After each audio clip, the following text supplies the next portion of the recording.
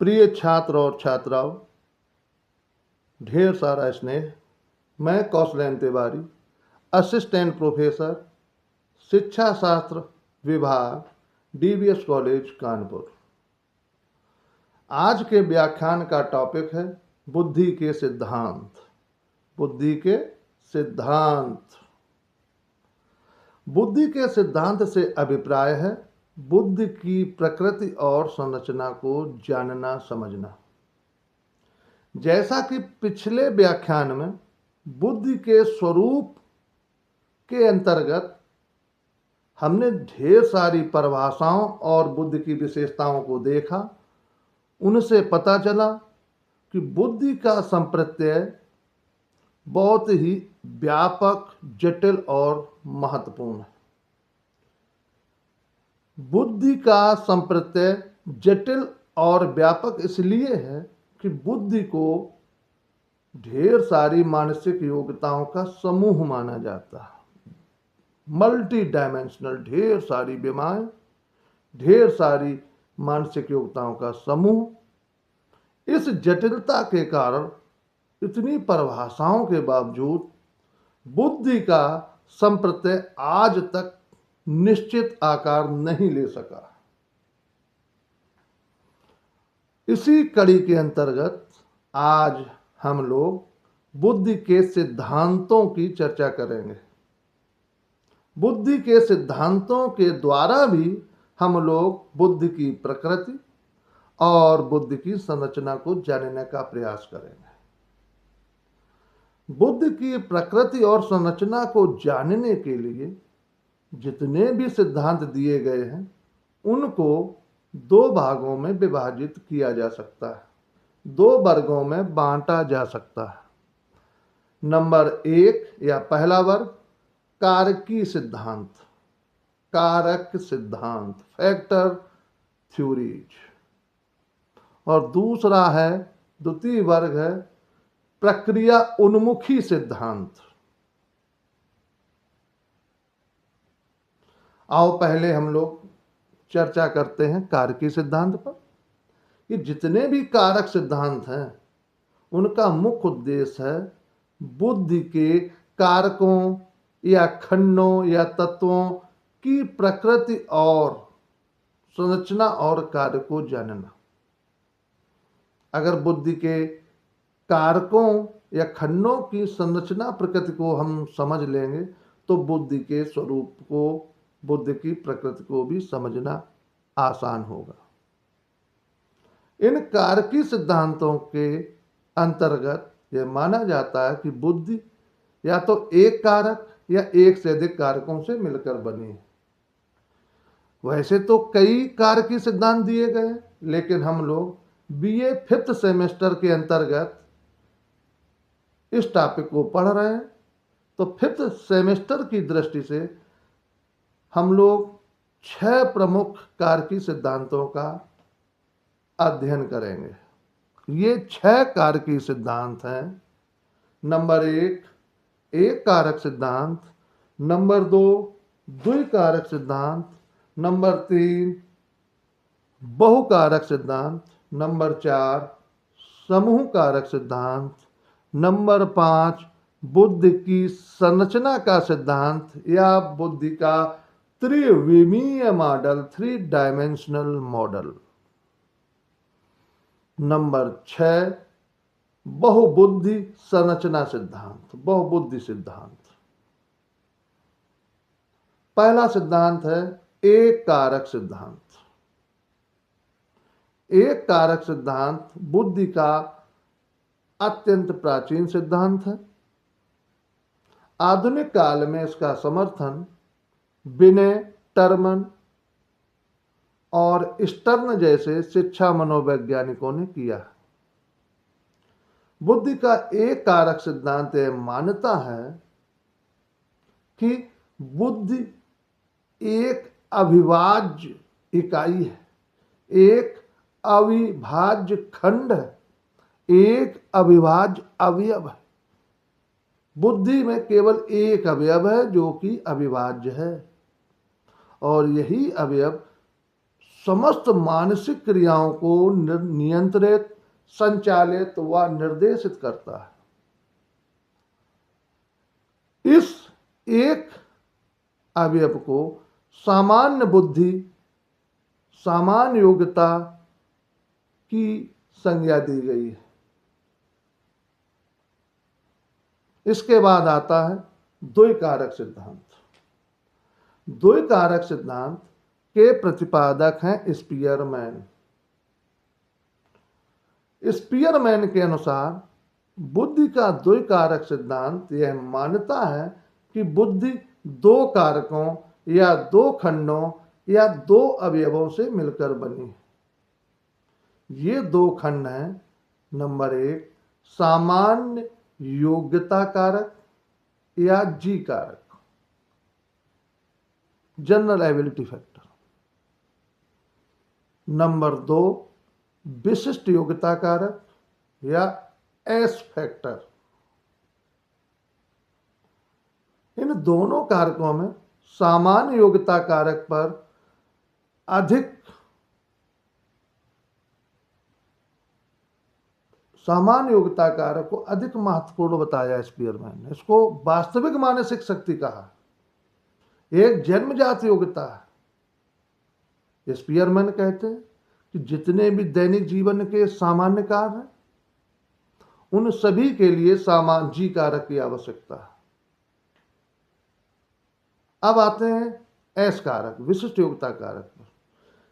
विशिष्ट योग्यता कारक या एस कारक विशिष्ट योग्यताओं का समूह है, जो कि जी कारक में नहीं है, वो अकेला।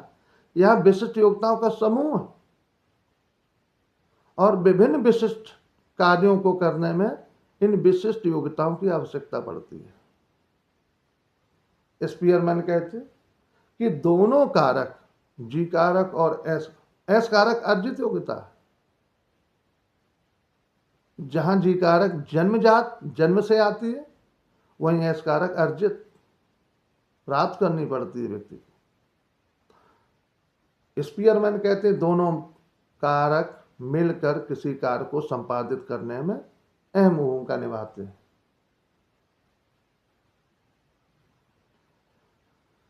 तीसरा कारकीय सिद्धांत है बहुकारक सिद्धांत।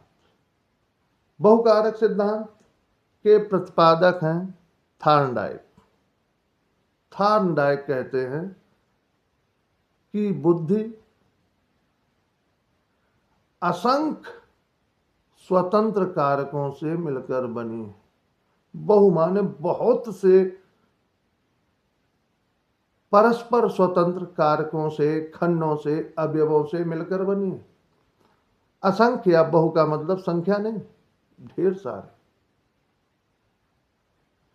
तो यहां पर वो सामान्य योग्यता या सामान्य बुद्धि कारक की आलोचना करते हैं। कहते हैं कि ऐसा कोई कारक नहीं है, ढेर सारे छोटे छोटे स्वतंत्र कारक हैं। ये कारक, समान कारक आपस में समूह बनाकर किसी कार्य को संपादित करने में सहयोग प्रदान करते हैं। इन्होंने सभी कारकों की स्वतंत्र सत्ता स्वीकार की है, इसलिए इसे असत्तात्मक सिद्धांत भी कहा जाता है और आणविक सिद्धांत भी कहा जाता है। चौथा है समूह कारक सिद्धांत। समूह कारक सिद्धांत के प्रतिपादक हैं थर्स्टन। थर्स्टन मध्यम मार्ग अपनाते हैं। किसके बीच का मध्यम मार्ग? द्वैकारक सिद्धांत और बहुकारक सिद्धांत।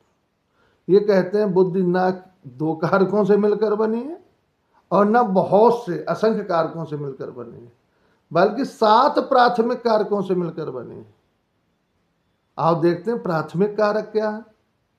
अब थर्स्टन कहते हैं कि किसी कार्य को संपादित करने के लिए, किसी मानसिक कार्य को संपन्न करने के लिए एक जैसी मानसिक क्रियाएं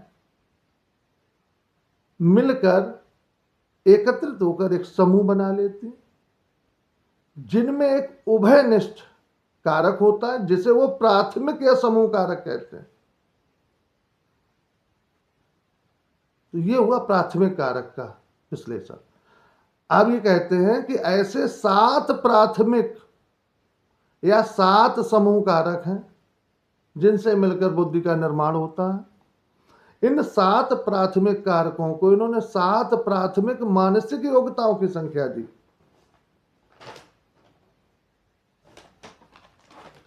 7 प्राथमिक मानसिक योग्यताओं की संज्ञा दी। ये 7 प्राथमिक कारक हैं। नंबर 1 आंकिक कारक, नंबर फैक्टर कैपिटल N, ये हम फर्स्ट लेटर ले रहे हैं। इनको लेकर अभी एक सूत्र बनाएंगे ताकि इनको समझने में, रटने में, याद करने में सुविधा मिल सके। नंबर 1 है आंकिक कारक, नंबर फैक्टर या numerical factor capital N। Number 2 शाब्दिक कारक, verbal factor capital V। Number 3 स्थानिक कारक, स्पेशल या spatial factor capital S। Number 4 वाक्पटुता कारक, word fluency factor W। Number 5 तार्किक कारक, reasoning factor capital R। Number 6 स्मृति कारक, मेमोरी फैक्टर कैपिटल M। इन 7 कारकों, प्राथमिक कारकों का समूह है बुद्धि। इस प्रकार हम 6 ही हुए। 7वां पर्यवेक्षण कारक, परसेप्चुअल फैक्टर कैपिटल P। तो इस प्रकार बुद्धि बराबर एक इक्वेशन, समीकरण बन रहा है। Intelligence equal capital N plus capital V plus capital S plus capital W plus capital R plus capital M plus capital P। परेशान ना हो, इससे जुड़ी इस सामग्री को हम गूगल क्लास पे डाल देंगे PDF बना के, तो सभी छात्र और छात्राएं वहां से प्राप्त कर सकते हैं। तो बुद्धि, थर्स्टन कहता है अपने समूह कारक सिद्धांत में कि ये प्राथमिक समूह है, प्राथमिक मानसिक योग्यता है, प्राथमिक कारक है 7। इन 7 प्राथमिक कारकों से मिलकर बुद्धि की रचना होती है। ये प्राथमिक कारक, 7 प्राथमिक कारक मिलकर बौद्धिक कार्य को संपादित करते हैं, मानसिक कार्य को संपादित करते हैं। नंबर 5 बुद्धि का संरचना सिद्धांत या त्रिविमीय मॉडल। इस सिद्धांत के प्रतिपादक हैं JP गिलफोर्ड। बहुत ही महत्वपूर्ण सिद्धांत है। गिलफोर्ड कहते हैं कि बुद्धि की संरचना त्रिविमीय है। संरचना मॉडल के अंतर्गत 3 डायमेंशनल 3D मॉडल को प्रस्तुत करते हैं और कहते हैं कि बुद्धि की ये 3 विमा या 3 आयाम इस प्रकार हैं। नंबर 1 विषय वस्तु या सामग्री कंटेंट्स। नंबर 2 संक्रियाएं या संक्रिया ऑपरेशंस। नंबर 3 परिणाम या उत्पाद प्रोडक्ट्स। पहली विमा है विषय वस्तु या सामग्री। गिलफोर्ड विषय वस्तु या सामग्री के भी 4 प्रकार बताते हैं। ये 4 प्रकार हैं। नंबर 1 आकृतिक, फिगरल, जिसका संबंध आकृतियों या चित्रों से संबंधित है। नंबर 2 सांकेतिक, ये सांकेतिक जो सामग्री है इसमें संकेतों, चिन्हों, अंकों, अक्षरों, प्रतीकों आदि से संबंधित है। शाब्दिक सामग्री। नंबर 3 शाब्दिक, ये शाब्दिक सामग्री भाषा व विचारों से संबंधित है, मुख्यतः भाषा से संबंधित है, जिनके थ्रू हम अपने विचार को अभिव्यक्त करते हैं। चौथी है आपकी व्यवहारिक सामग्री, इसका संबंध मनुष्य के आंतरिक व बाह्य व्यवहार से है। अब आती दूसरी विमा संक्रिया ऑपरेशंस। इसके भी 5 प्रकार करते हैं। ये 5 प्रकार हैं। संज्ञान, संज्ञान संक्रिया का काम है ज्ञान प्राप्त करना, किसी विषय को सीखना, किसी वस्तु का ज्ञान प्राप्त करना। तो संक्रिया जो संज्ञान संक्रिया है वो सीखने या ज्ञान प्राप्त करने से संबंधित है। दूसरी संक्रिया स्मरण है, मेमोरी है, इसका संबंध सीखे गए ज्ञान को धारण करने से या संरक्षित करने से। नंबर 3 परंपरागत चिंतन, इसके अंतर्गत हम लोग परंपरागत तरीकों से ही विचार करते हैं, कन्वर्जेंट थिंकिंग कहते हैं। नंबर अगला चौथा संक्रिया का प्रकार है अपरंपरागत चिंतन, गैर परंपरागत चिंतन, डाइवर्जेंट थिंकिंग। इसके अंतर्गत हम लोग परंपरागत तरीकों से हटकर नवीन ढंग से सोचने का प्रयास करते हैं। नवीन ढंग से सोचने के कारण ये संक्रिया सृजनात्मकता, सृजनशीलता से संबंधित हो जाती है, क्योंकि सृजनात्मकता का भी मुख्य लक्षण नवीनता है। और इसका पांचवा प्रकार है संक्रिया का मूल्यांकन।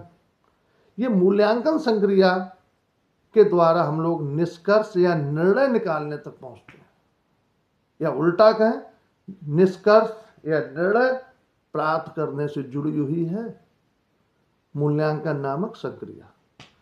तो दूसरी विमा जो संक्रिया थी उसके 5 प्रकार। पहली जो संक्रिया थी सामग्री या विषय वस्तु, उसके 4 प्रकार। अब चलते हैं तीसरी विमा के पास, जिसका नाम है उत्पाद या परिणाम, प्रोडक्ट्स। इसके 6 प्रकार बताए हैं गिलफोर्ड ने। नंबर 1 सूचनाओं की इकाइयां, इकाइयों के रूप में सूचना लेते हैं। नंबर 2 इकाइयों के वर्ग, जो सूचना संबंधी इकाइयां उनके क्लास बनाते हैं, वर्ग बनाते हैं। फिर उनमें नंबर 3 इकाइयों में संबंध, जो भी एक वर्ग की इकाइयां उनमें संबंध बनाते हैं, स्थापित करते हैं। नंबर 4 सूचना प्रणाली। नंबर 5 प्रत्यावर्तन प्रणाली, सिस्टम ऑफ ट्रांसफॉर्मेशंस। नंबर 6 निहितार्थ प्रणाली, सिस्टम ऑफ इम्प्लीकेशंस, इम्प्लीकेट करना। तो ये 6 प्रकार हैं उत्पाद के या परिणाम के। अब आगे गिलफोर्ड कहते हैं कि इन तीनों विमाओं से बुद्धि बनना, ये बुद्धि की 3 विमाएं हैं, अतः इनका हम गुणा करें, इनके गुणनफल के रूप में देखें तो 4 गुणे 5 गुणे 6 कुल 120, 4 पंचे 20, छिक्का 120, कुल 120 मानसिक योग्यताएं प्राप्त हो सकती हैं। और ये 120 मानसिक योग्यताएं 120 विभिन्न कार्यों को संपन्न करने में संलग्न होती है, मदद करती है, सहायता करती है। तो ये था त्रिविमीय मॉडल गिलफोर्ड का, बहुत ही महत्वपूर्ण। इसको बहुत ढंग से पढ़ें आप लोग घर जाके। इसके बाद है समूह कारक सिद्धांत। समूह कारक सिद्धांत हो गया। नंबर 6 है बहुबुद्धि सिद्धांत। नंबर 6 है बहुबुद्धि सिद्धांत। मल्टीपल इंटेलिजेंस थ्योरी, ये अपने कारकीय वर्ग का आखिरी कारक सिद्धांत है, बहुबुद्धि सिद्धांत। एक बार फिर से हम पांचों का नाम संस्मरण कर लेते हैं, पांचों का। नंबर 1 एक कारकीय सिद्धांत, प्राचीन सिद्धांत, विनेश टर्मन द्वारा समर्थित। नंबर 2 द्वैकारक सिद्धांत, स्पीयरमैन द्वारा प्रतिपादित। तीसरा है बहुकारक सिद्धांत, थॉर्नडाइक द्वारा प्रतिपादित। चौथा है समूह कारक सिद्धांत, थर्स्टन द्वारा प्रतिपादित। पांचवा है बुद्धि का संरचनात्मक संरचना सिद्धांत या त्रिविमीय प्रारूप या मॉडल, जेपी गिलफोर्ड या गिलफोर्ड द्वारा प्रतिपादित। और छठवां है बहुबुद्धि सिद्धांत, 1983 में दिया है इसको हॉवर्ड गार्डनर ने। इस सिद्धांत के, बहुबुद्धि सिद्धांत के प्रतिपादक हैं हॉवर्ड गार्डनर। ये भी बहुत महत्वपूर्ण सिद्धांत। बहुबुद्धि, एक से अधिक बुद्धि। क्या कहते हैं कि बुद्धि का स्वरूप एकाकी ना होकर बहुप्रकारी है, बहुप्रकार की स्वरूप वाली बुद्धि है। और बहुप्रकार के अंतर्गत कहते हैं कि बुद्धि के 7 प्रकार हैं। कितने प्रकार हैं? 7 प्रकार। ये 7 प्रकार कौन कौन से? तो आप देखते हैं बुद्धि का 7 प्रकार में पहला प्रकार है भाषाई बुद्धि। ये बुद्धि शब्दों व वाक्यों की बोध क्षमता से संबंधित है, शब्दों व वाक्यों को बोध माने समझने संबंधित है। नंबर 2 तार्किक गणितीय बुद्धि, तार्किक तर्क करने से जुड़ी है, गणितीय अंकों की बोध क्षमता से जुड़ी हुई है। तीसरी स्थानिक बुद्धि, स्थानिक चित्रण व कल्पना शक्ति से जुड़ी हुई है। चौथी शरीर गत की बुद्धि, शरीर गति की बुद्धि शारीरिक गति पर नियंत्रण करने और उसमें प्रविणता लाने से संबंधित है। नंबर 5 है संगीत बुद्धि, संगीत में प्रविणता लाना, उसमें जो तारत्व है, पिच है, लय है, इन सबको ढंग से समझना, यह है संगीत बुद्धि। छठवें है वैयक्तिक आत्मबुद्धि। वैयक्तिक आत्मबुद्धि के द्वारा व्यक्ति अपनी इच्छाओं, अपने भावों को समझता है, अपने संवेगों को नियंत्रित करता है और अपने व्यवहार को निर्देशित करता है वैयक्तिक आत्मबुद्धि के द्वारा। और सातवीं है वैयक्तिक अन्य बुद्धि। वैयक्तिक अन्य बुद्धि के द्वारा व्यक्ति अन्य व्यक्तियों के भावों को, इच्छाओं को, आवश्यकताओं को समझता है और उनके व्यवहार के बारे में पूर्व कथन करने की क्षमता प्राप्त करता है, पूर्व कथन करने। तो एक बार फिर सातों के नाम देखते हैं। सात जो प्रकार हैं गार्डनर के अनुसार, नंबर 1 भाषाई बुद्धि, नंबर 2 तार्किक गणितीय बुद्धि, नंबर 3 स्थानिक बुद्धि, नंबर 4 शरीर गति की बुद्धि, नंबर 5 संगीत बुद्धि, नंबर 6 वैयक्तिक आत्मबुद्धि,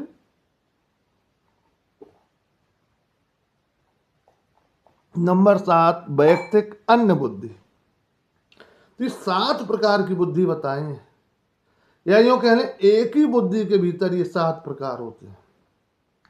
अब आगे गार्डनर कहता है कि प्रत्येक व्यक्ति में, हर व्यक्ति में बुद्धि के 7 प्रकार पाए जाते हैं।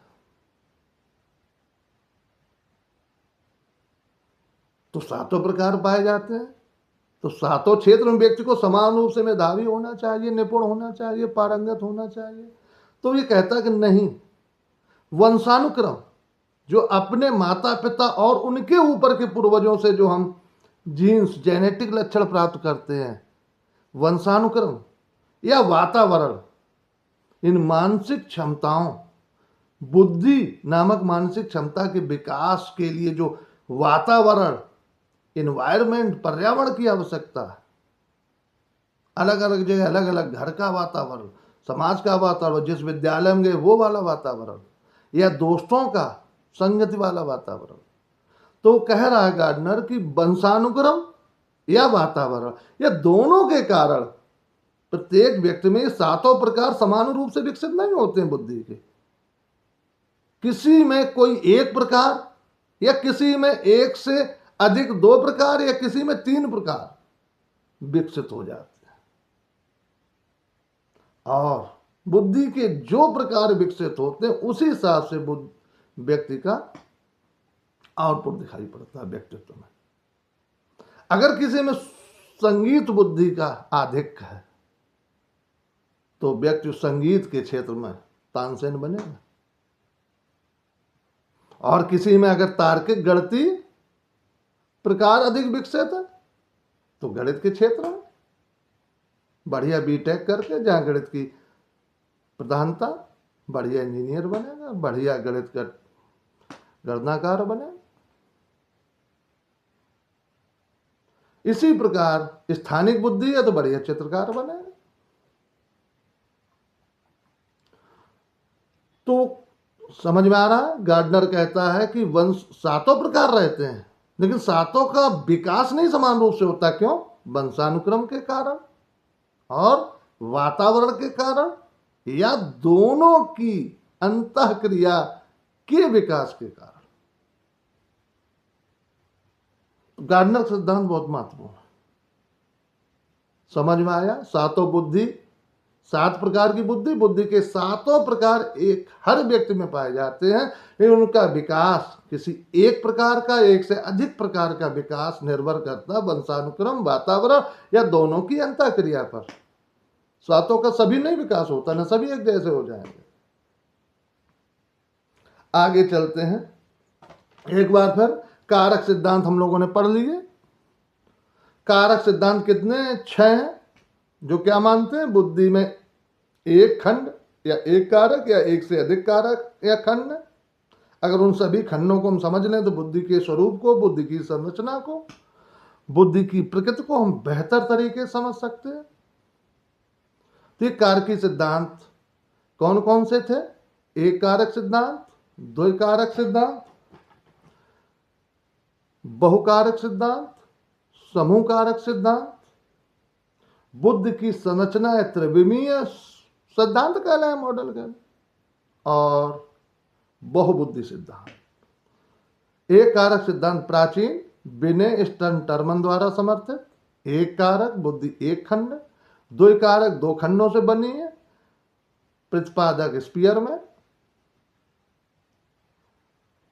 बहुकारक थॉर्नडाइक असंख्य बहुत से स्वतंत्र कारकों से बनी है। ये परस्पर स्वतंत्र मिलकर फिर भी सहयोग करते हैं किसी मानसिक कार्य को करने में। समूह कारक 7 समूह या प्राथमिक कारक, थर्स्टन का सिद्धांत। त्रिविमीय या त्रिआयामी बुद्धि की संरचना का सिद्धांत, गिलफोर्ड का। 3 विमाएं, फिर 4, 5, 6 उनके प्रकार, टोटल 120 प्रकार की मानसिक योग्यता। अब आते हैं हम लोग बहुबुद्धि सिद्धांत पर। 7 प्रकार बता दिए बुद्धि के। बुद्धि का स्वरूप एकाकी न होकर बहुप्रकारी बताया और 7 प्रकार बताए, और 7 प्रकार हर व्यक्ति में, और उनका विकास किस पर? वंशानुक्रम या पर्यावरण पर या वातावरण पर, या दोनों की अंतःक्रिया पर आधारित। इस तरह से कारकी सिद्धांत को हम लोगों ने समझने का प्रयास किया। अब हम लोग चलते हैं दूसरे वर्ग के पास। दूसरा वर्ग है प्रक्रिया उन्मुखी सिद्धांतों का। प्रक्रिया उन्मुखी सिद्धांत, ये सिद्धांत क्या कहते हैं? बुद्धि खंडों कारकों से मिलकर नहीं बनी है, बल्कि बुद्धि एक प्रक्रिया है।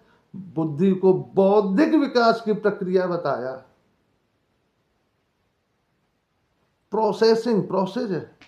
इनपुट मिलेगा, प्रोसेस करेगा, आउटपुट देगा। जो आज भी हम सोच रहे हैं उसी चिंतन पर आगे बढ़ रहे हैं। और ये वर्ग संज्ञानवादियों, संज्ञानात्मक शिक्षा मनोविज्ञानियों द्वारा दिया गया है, समर्थित है उनके द्वारा। और यहां पर भी बहुत ज्यादा नहीं, 2-3 सिद्धांत तो बहुत प्रमुख है, लेकिन बीए 5th सेमेस्टर के हिसाब से हम एक सिद्धांत की चर्चा करेंगे। वो है पियाजे का संज्ञानात्मक विकास का सिद्धांत। संज्ञानात्मक प्रक्रियाओं के विकास का, संज्ञानात्मक शक्तियों के, संज्ञानात्मक मानसिक शक्तियों के विकास का सिद्धांत। पियाजे कहता है कि बुद्धि जो है संज्ञानात्मक प्रक्रियाओं के विकास का ही एक रूप है। बुद्धि एक संज्ञानात्मक शक्ति ही है। संज्ञानात्मक शक्ति कहते हैं किसी वस्तु का ज्ञान प्राप्त करने के लिए जो जो मानसिक शक्तियों की जरूरत पड़ती है, तर्क शक्ति, स्मृति, बुद्धि, चिंतन, समस्या समाधान, संश्लेषण, विश्लेषण, इन समस्त शक्तियों में बुद्धि एक सबसे महत्वपूर्ण मानसिक शक्ति है। तो कहता है कि बुद्धि भी एक प्रक्रिया उन्मुखी है। बुद्धि को बौद्धिक विकास, संज्ञानात्मक विकास के रूप में पियाजे विश्लेषित करता है और कहता है कि संज्ञानात्मक विकास या बौद्धिक विकास की 4 अवस्थाएं हैं। इन 4 अवस्थाओं से, लगातार नहीं, 4 अवस्थाओं से होकर गुजरती है बौद्धिक विकास की प्रक्रिया। और ये 4 अवस्थाएं हैं इस प्रकार। नंबर 1 संवेदनागामक या इंद्रिय संवेदन अवस्था, जो जन्म से 2 वर्ष तक चलती है। मूल प्रवृत्तियों पर आधारित व्यवहार होता है, चूसने का, पकड़ने का बालक में। दूसरी है पूर्व संक्रियात्मक अवस्था, 2 से 7 वर्ष तक चलती है। और तीसरी है मूर्त संक्रियात्मक अवस्था, 7 से 12 वर्ष। ठोस संक्रियात्मक, जो वस्तुएं अमूर्त रूप में, जिनका आकार है, आयतन है, इनसे संबंधित गणितीय संक्रियाएं करने लगता है बालक। संरक्षण का सिद्धांत भी आ जाता है, मात्रा का संरक्षण। चाहे चौड़े बर्तन में पानी हो, छोटे हो, भ्रमित नहीं होगा, बराबर ही होगा अगर उसकी मात्रा बराबर है। इसके बाद चौथी अवस्था है अमूर्त या औपचारिक संक्रिय अवस्था। अमूर्त शब्दों, अंकों, गणती सब अंकों से खेलने लगता है, हमारा मूर्ति से हट जाता है, विचारों से। अमूर्त या औपचारिक संक्रिय अवस्था ये 12 वर्ष से वयस्क होने तक चलती है। फिर एक बार चारों अवस्थाएं देख लें। इंद्रिय संवेदन या संवेदना गामक अवस्था, जन्म से या 0 से 2 वर्ष। पूर्व संक्रियात्मक अवस्था 2 से 7 वर्ष। बहुत बड़ा सिद्धांत है, ये अगले चैप्टर में कभी डिस्कस करेंगे, यहाँ हम लोग संक्षिप्त रूप से देख रहे हैं। पहली है इंद्रिय संवेदन या संवेदना गामक अवस्था 0 से 2 वर्ष। दूसरी है पूर्व संक्रियात्मक अवस्था 2 से 7 वर्ष। तीसरी है मूर्त संक्रियात्मक अवस्था 7 से 12 वर्ष। चौथी है अमूर्त या औपचारिक संक्रियावस्था 12 वर्ष से वयस्क होने तक, वयस्कावस्था तक। इस प्रकार हमने बुद्धि के प्रकृति और संरचना या संगठन को समझने के लिए जो सिद्धांत दिए गए हैं उनको 2 वर्गों में बांट कर आज उसका अध्ययन किया। कारकी सिद्धांत वर्गों का, कारकी सिद्धांत, कारकी वर्ग सिद्धांत, कारकी वर्ग में जो सिद्धांत आए कारकी सिद्धांत, और दूसरा है प्रक्रिया उन्मुखी सिद्धांत। कारकी वर्ग सिद्धांत में हम लोगों ने 6 सिद्धांत देखे। एक कारक सिद्धांत, द्विकारक सिद्धांत, बहुकारक सिद्धांत, समूह कारक सिद्धांत, बुद्धि का संरचना सिद्धांत या त्रिविमीय मॉडल जो कि गिलफोर्ड का, और बहुबुद्धि सिद्धांत गार्डनर का। इसके बाद फिर हम लोगों ने प्रक्रिया उन्मुखी सिद्धांतों का वर्ग देखा। वहां पर हम लोगों ने एक बहुत महत्वपूर्ण पियाजे के संज्ञानात्मक विकास के सिद्धांत की चर्चा की। पियाजे ने अपने 2 बच्चे, एक लड़की, 2 लड़का एक लड़की, 3 बच्चों पे पूरा प्रयोग किया है और उससे ये उसने अपनी निष्कर्ष निकाले। 4 अवस्थाओं के रूप में पूरा विकास दिखाया, प्रक्रिया के रूप में बौद्धिक विकास या संज्ञानात्मक विकास का। तो आज हम लोगों ने बुद्धि के सिद्धांत देखे। ये सभी सिद्धांत 2 वर्गों में बांटे गए हैं, कारकी सिद्धांत वाला वर्ग और प्रक्रिया उन्मुखी सिद्धांत वाला वर्ग। पहले वर्ग में 6 सिद्धांत पढ़े हमने ढंग से, एक कारकी, द्विकारकी, बहुकारकी, समूह कारकी, बुद्धि का संरचना, त्रिविमीय मॉडल और बहुबुद्धि सिद्धांत। दूसरा वर्ग है प्रक्रिया उन्मुखी सिद्धांत, जिसके तहत हम लोगों ने एक प्रमुख सिद्धांत देखा, पियाजे का संज्ञानात्मक विकास का सिद्धांत, 4 अवस्थाओं से होकर गुजरने वाला संज्ञानात्मक विकास का सिद्धांत। आशा कि सभी छात्र छात्राओं ने बेहतर तरीके से समझा होगा और घर पे स्वाध्ययन करें। उसके बाद जो भी समस्या हो क्लास में आके आप चर्चा कर सकते हो, उठा सकते हो। इसकी सामग्री आपके गूगल क्लासरूम में डाल देंगे, आप लोग उससे लाभ उठाएं, पढ़ें। धन्यवाद।